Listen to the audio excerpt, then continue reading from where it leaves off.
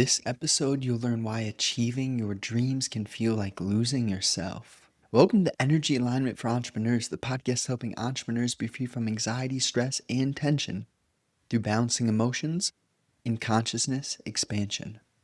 3 things you'll discover today.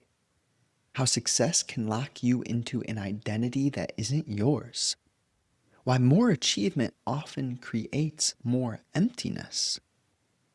And what to do when you've built a life that looks perfect but feels hollow. You know, the getting locked into an identity that isn't yours, how can we make sense of that? And I would say that sometimes what happens is you have the parents, you have the external influences, in short, that condition your psyche, or in other words, your sense of self. And when this sense of self is conditioned via outward pressure and not inward alignment with your destiny that has been written on your heart, then you may make moves in a manner where you find yourself really lost.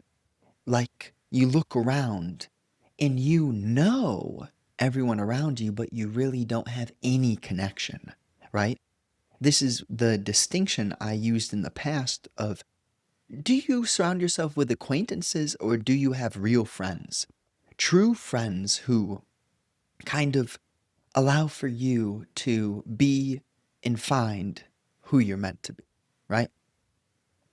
Now, as I say that, if you are not surrounded with those people, it is your responsibility to be the friend that you wish you had, right? I, in my personal experience, never had the father that I thought I was supposed to have. Turns out he was exactly the father that my spirit needed for this life. What that showed me was how to be a father for myself, how to be someone absolutely supportive when I thought I needed outward support, right? So then my identity is shifted through the pain rather than, how do I put it? Because there's a continuous battle that I notice in myself where I look and I see and I start to get divided, right? I see, oh, they're doing that, and what am I doing? Or, oh, that's working for them, what am I doing, right? Self obsession. Now, there's a subtle balance here because I am not at all implying that you should reinvent the wheel or that you cannot take what works for others and make it your own. But there is the nuance between, are you copy, pasting, imitating? Are you trying to fit in? Are you trying to just like be like others? Or are you adding your innate natural spirit to something that has been proven to work? The success locking you into an identity that isn't yours, the only way that this can really happen is if you have listened to external influence rather than your heart. And that is okay because in order for you to connect to God, Source, Universe, Christ, Buddha, Allah, you have to learn to listen to your heart. The only way you can learn about truth is by living in not truth. The more, now let's be subtle here, let's be precise. The more that you live in not truth, the quicker you're going to reach what some people would label rock bottom or darkness. And it is in the pain that you have a opportunity every moment that you are in the pain to feel and to step outside of the dividedness. Because if you realize that you are the pain, then you take accountability for what you have sown. Yes. And this is where life gets good. When you have full accountability for the seeds that you are sowing, for the energy that you are radiating, for the vibrations that you are sharing, for the ripple effects that you are creating. When you are living in that manner, the righteousness is born in your heart. And it is only through being honest about when you need to step out of environments, when you need to let go of habits, when you need to stop playing certain low vibration loops. That is one of the hardest things because the identity, the sense of self, finds security in suffering. It finds security in the mundane, familiar hell. But it takes courage, it takes holiness, it takes power and strength and righteousness to say, you know what? I don't know what's on the other side of this, but I am done staying in this field where the seeds do not have the correct pH soil, where the sunlight is not reaching, and where the growth is not happening, right? When you have that realization in your heart, in your being, your actions will start to change, your behavior will start to change because you will notice what you are creating moment by moment. The success that locks you into identity that isn't yours, that's okay, right? It is okay as long as you are changing. The only constant is change. So get with it, right? Get with it. Ask for help. Sit down. Make meditation a habit. Commit to fueling your body properly, to not overeating, to letting go of weak habits of indulgence, of lust, of greed, of envy, of competition. Let go of all that, and you will see that the demons leave when you open up those doors and you ask and you pray and you commit and you put your attention on the light. You'll see that those doors open up, the demons exit your vessel, and the light enters. And when that continuously happens day after day, you change, right? And that's what this universe needs. If you resonate with this, you're not resonating it by accident. Not at all by accident. There's not a single coincidence on this universe. So, all the pain, all the circumstances that you could logically think, why me? It is for you. It is for you. Now, why more achievement often creates more emptiness? See, this is a nuance, right? Because, hey, if you are achieving things with the grander vision, you're playing the role without being stuck and lost in the role, you are, everything that you do is for something bigger than you, then you will achieve amazing things and do wonderful feats. But the emptiness will not be there because you are letting the source guide you. Now, on the other hand, if the obsession is just more achievement so I can be better than others, more achievement so that I can get this shallow relationship, right? Like chase a young lady who I can't even like finish the sentence. Um, Honestly, the emptiness is a byproduct of a misalignment. And if you are chasing alignment out of scarcity, thinking that it's going to fix all your problems, then that's where you get the spirit emptiness, right? So for me, I'm building my financial business. I'm doing my best. I'm working hard each day. I don't have how do I put it? Um, there are certain things that I'm still creating. There are seeds that I'm waiting for them to grow and sprout and germinate. But all that being said, I keep myself living right. You know, I realize that certain good things do take patience and time. And if the only way that I will not have achievement in alignment with source is if I quit, is if I uh, entertain weakness. And it's almost that simple. It's not a matter of if, it's just a matter of when. And sometimes you want things to be faster, sometimes you want to know when.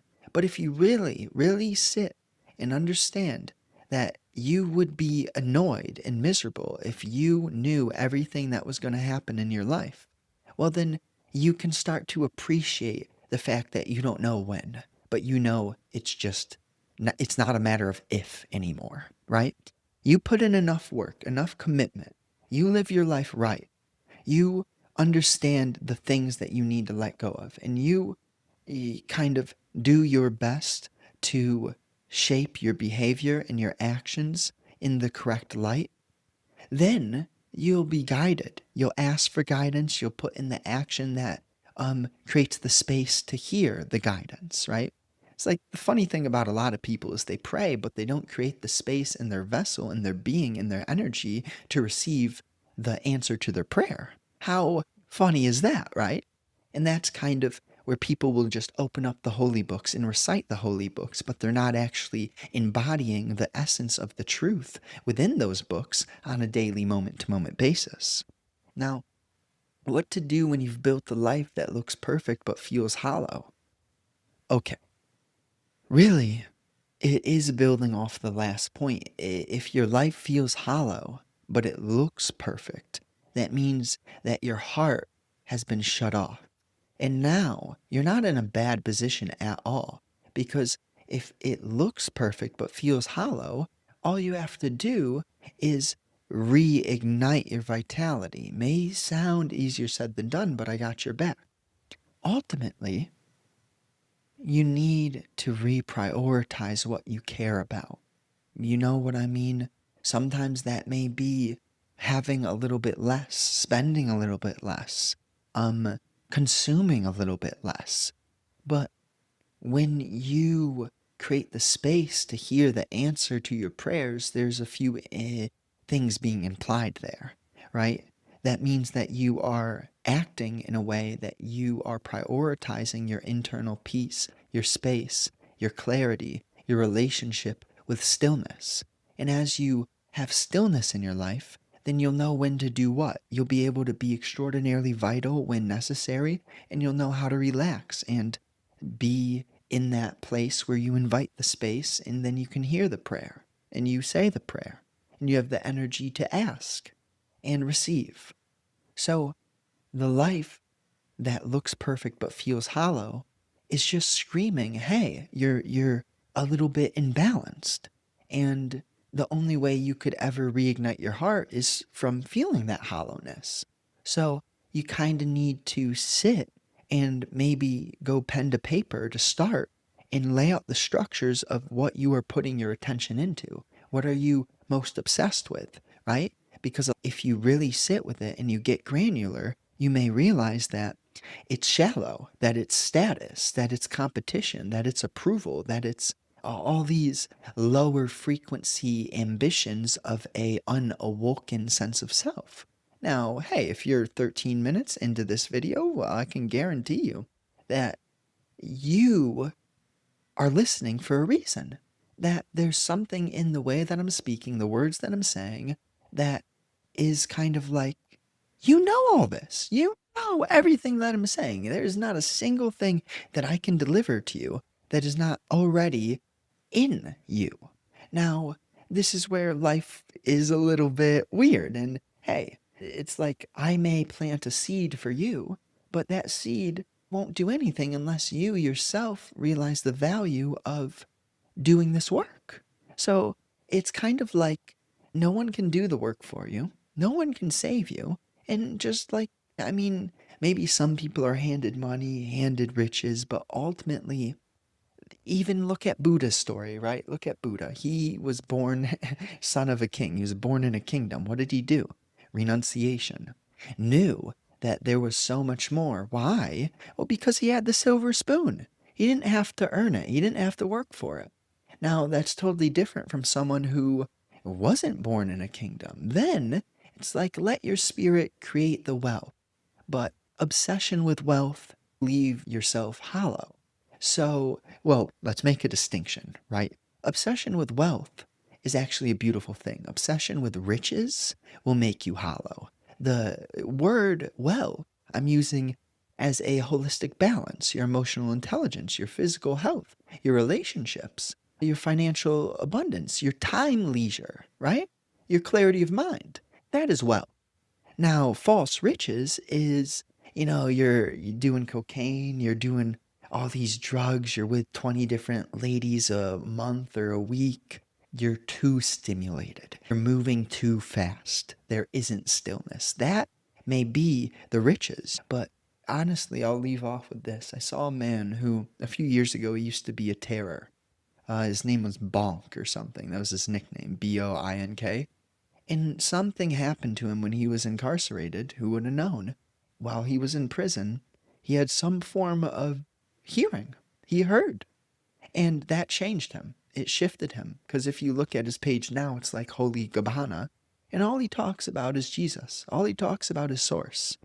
And when I use Jesus, don't get it twisted. Buddha, Jesus, Allah, it's all the same thing, okay? If you can't understand that, well then, hey, I send you a hug, and you will someday see that the truth is the truth, and that names and labels are simply a form of verbal communication. But the truth is the thing that is in between the lines of the words. So why would we get too obsessed over specific religions or ideologies, right?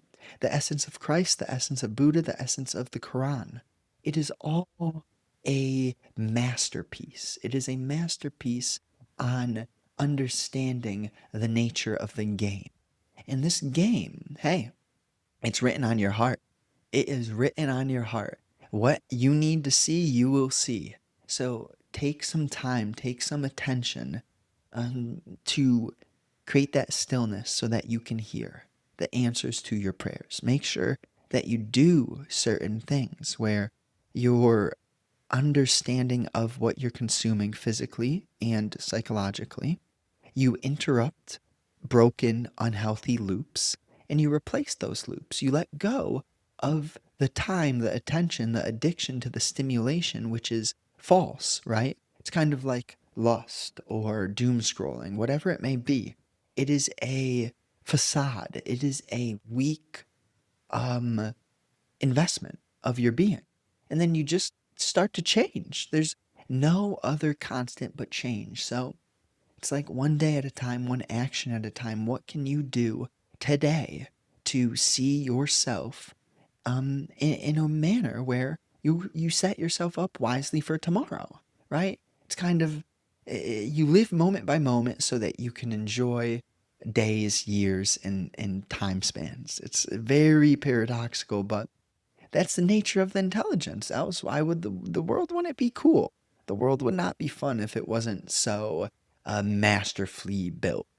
Thank you so much for listening. I genuinely am grateful for each moment that you give yourself a chance to sort of absorb this and share it with a friend. That's my one big ask. Find someone, anyone in your contacts, someone in your text messages that you just have a good relationship with, of course, where they won't be too arrogant to even appreciate the fact that you shared a resource with them. So share it with someone like that, right? Share it with someone open minded on the same vibes as you. All right. And if you do want to transform, get your dream body, I'm working on the Greek God method. And if you kind of want some early bird access, two things, right? You can directly shoot me an email that you're interested in creating your dream body, a transformation. And you could also hop on the email list, which is at justnagliscus.com. But yeah, exciting things in the work on that domain. We're going to have a option for anyone and everyone, whether you live in a lower GDP area, maybe like Kenya or somewhere, or you just are making 500K a year. I'm going to have packages for everyone. So let's go. Have a wonderful day. Share it with a friend. Let's go.